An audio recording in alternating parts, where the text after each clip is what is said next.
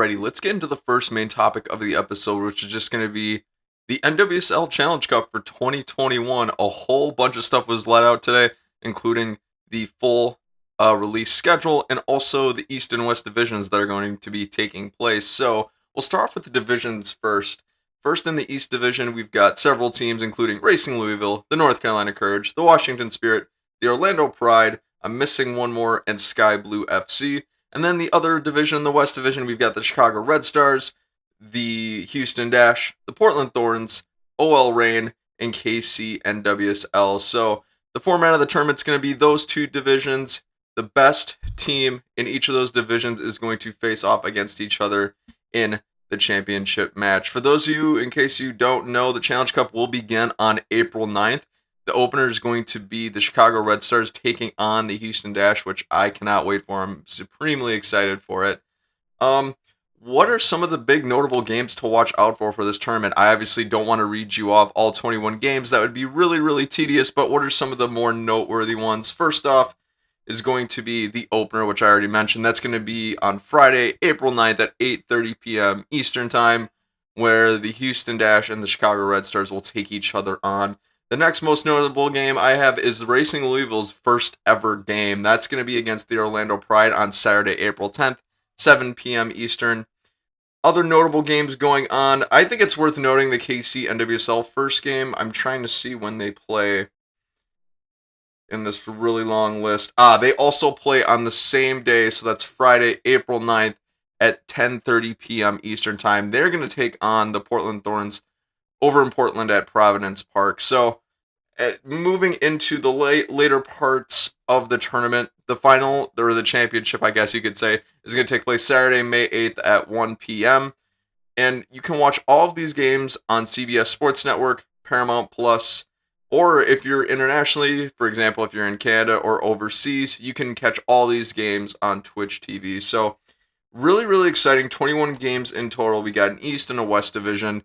I'm really, really excited for this tournament because it's going to be the growth from the pandemic all coming to fruition. What do I really mean by that? Well, I would say that the NWSL is one of the few leagues in the world that actually really grew and took some lessons away from their season almost getting inevitably canceled and postponed because of the pandemic.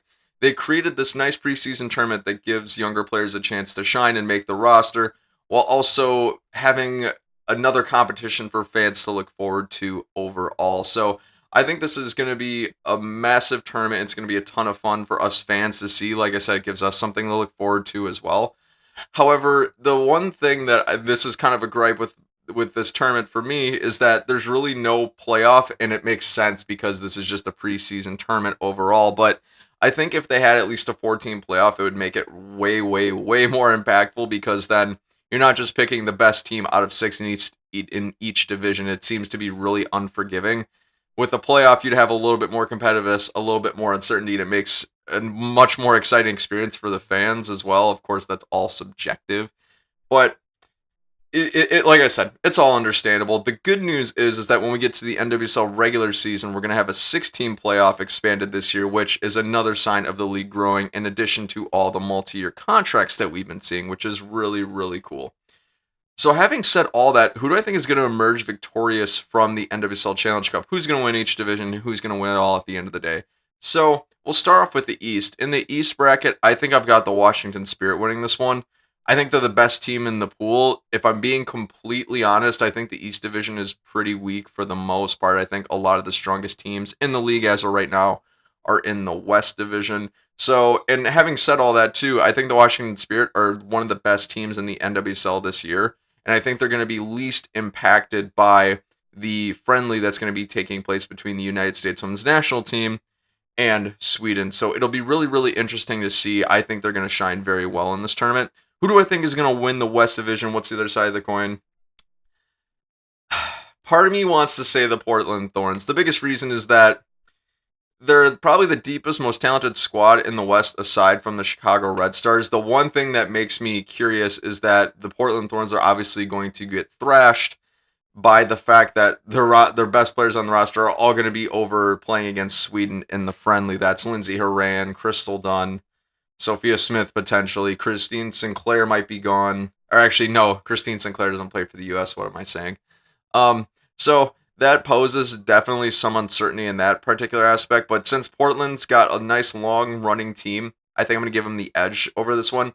If I had to pick two other teams that weren't the Washington Spirit or the Portland Thorns, I would say the Chicago Red Stars would probably win the West. But then again, a lot of their pieces are going to be missing because of the friendly. And for the East, I would probably say Sky Blue for reasons that I can't really elaborate. It's just a gut feeling, I guess you could say, a gut instinct. Um, who do I think is going to win the tournament overall? Then in that case, I hate to say this, but the Portland Thorns. I say that begrudgingly because it's like the Portland Thorns are such a successful dynasty and they have been in the NWSL for a while.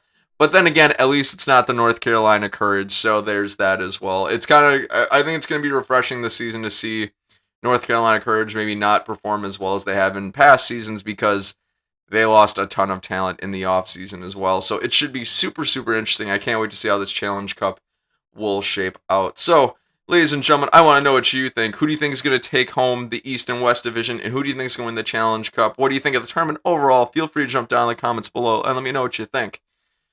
So, with all that down and out of the way, let's get into the next main topic.